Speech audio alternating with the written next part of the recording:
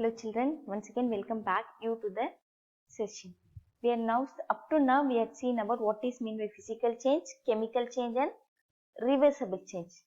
Now we are going to see about the process called as irreversible change. Look at here, a change is called irreversible.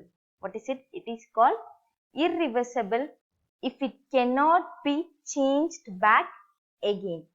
What is it, children? A change is called irreversible if it cannot be changed back again. In an irreversible change, new materials are always formed. New materials are always formed. So I hope you would have understood about what is mean by reversible change and what is mean by irreversible change. Look at this example, children. Irreversible change. So what happens here? So the egg has been converted into omelette. Yes. Few may think, ma'am, why you are showing this picture? In this month, we will be not eating any non-veg. A few may think, yes or no? Ma'am, we are not eating in this month. What is this Tamil month? Puratasi, right? So few may not eating this non-veg. Do you know why this, children? Why we are not eating the non-veg in this month? Due to Lord Venkateshwara Perumal? That is a one reason. But the reason is mostly this is a rainy season. What is it? Rainy season. So in this rainy season, if you are eating non-veg, so it did not suit our body in this time. It would not suit our body in this time only the new flow of water starts. Yes or no? In the earth, the water storage starts in the rainy season. So what happens? The water which we drink is new, and if we are eating non-veg and the grasses everything would grow fresh. Yes or no? And the animals which eat that may also be infected, and the people who eat those non-veg items may be infected due to a number of diseases, and that body heat may cause a many problems. So that is why we are not eating the non-veg in this season. This is the reason. This is the scientific reason why we are not eating non-veg in this month. Clear? So if I tell you, would you obey? Children, our body would get heated, so don't eat. If I tell you this, will you obey my words? No. So if I say that in the name of God, you all will follow it. Yes or no? Yes. So that is the reason. Shall we go to our lesson now? Okay. What is this? Irreversible change. Now look at here. We have seen examples of physical change as condensation, freezing, melting and evaporation. Here the examples of chemical change are baking, mixing and then frying. So these are all some of the example of chemical changes. That is the irreversible change. If I am going to mix it, bake it in the cake, whether I am able to get the products in this again? No. And I am going to mix everything like cement, mud, water, everything. Whether I am able to get that back? No. So what is this? Frying of egg. Whether I am able to get this back, the full egg again? No. So these are all some of the examples of what? Irreversible changes. Now look at here, children, examples of reversible and irreversible change. So reversible change, what are all the examples? Boiling of water, dissolution of sugar in water. What is it? Mixing of sugar in water, melting of ice cubes and melting of butter. So these are all some of the examples of reversible changes.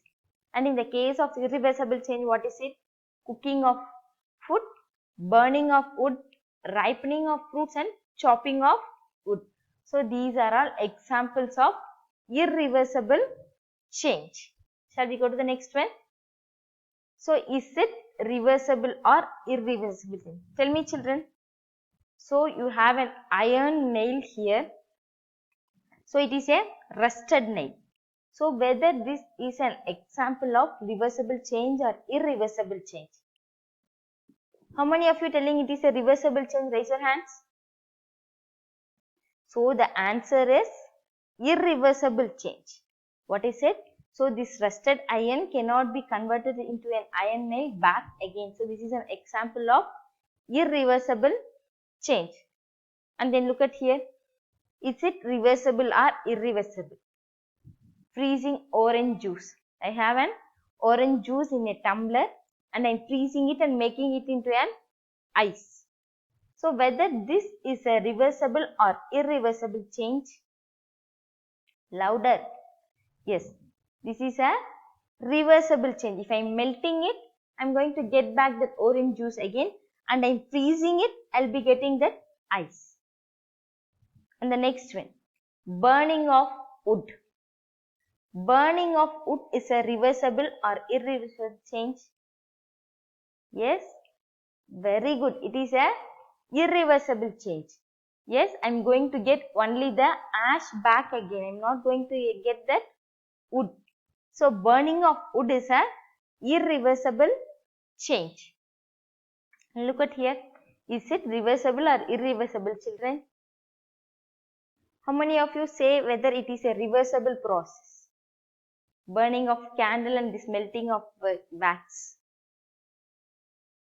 Yes, very good. It is a reversible change. I can convert this wax again into a candle. And one more thing is there. Burning of thread is a, we have a thread in the center, right? So if I am going to burn the thread again, whether I am able to get the thread back? No. So in burning of this candle, two processes are there. One is the reversible, that is melting of wax, and irreversible is burning of thread. And now we are going to see the difference between reversible and irreversible change. Look at here. The process is carried out infinitesimally slowly. Infinitesimally means what is this? Very slowly. So reversible process takes place slowly. An irreversible process takes place rapidly, that is fast. And then at any stage the equilibrium is not disturbed. Equilibrium means the balance between the two is not disturbed. And the equilibrium may exist only after the completion of the process. So what is this equilibrium? There will be a stable state after this process is completed. Okay. It takes infinite time for completion. So the time taken it is more. It takes finite time. Finite means we are only a small amount of time. Work obtained in this process is maximum. Work obtained in this process is not maximum. So just to know, I have given this. Okay. So what is this difference between reversible and irreversible change? Just make a note of it. Slow, rapid. Equilibrium is not disturbed. Equilibrium exists only after the complete process. It takes infinite time, finite time. Maximum process, work is maximum, work obtained is maximum, work obtained is minimum.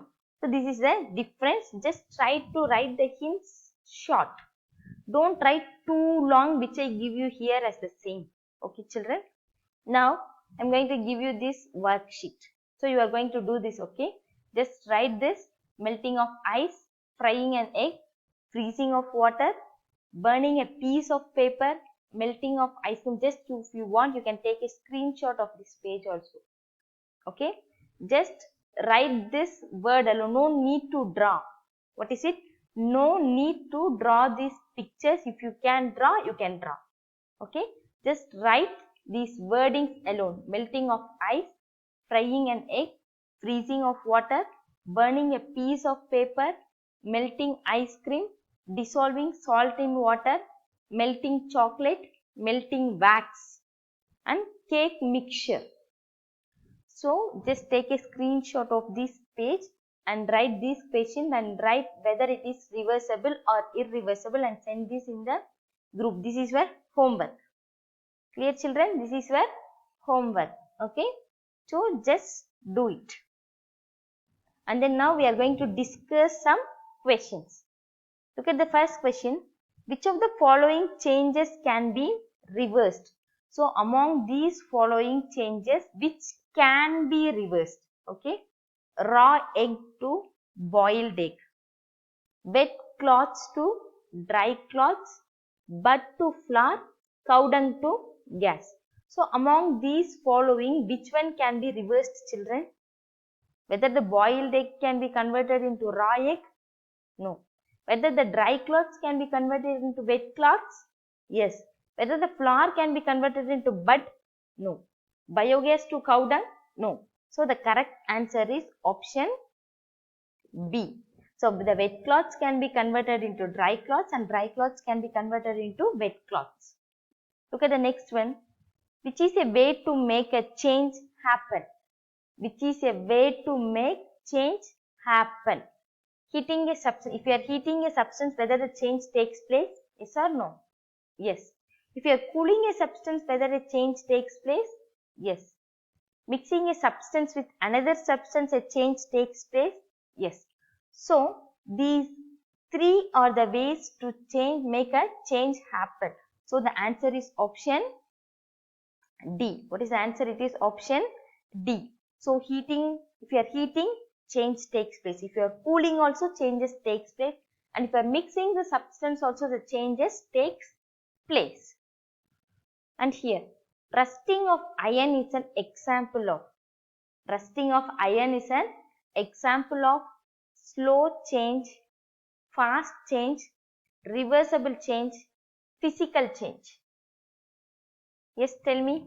Rusting of iron is an example of whether it is a slow process or fast process or reversible change or physical change.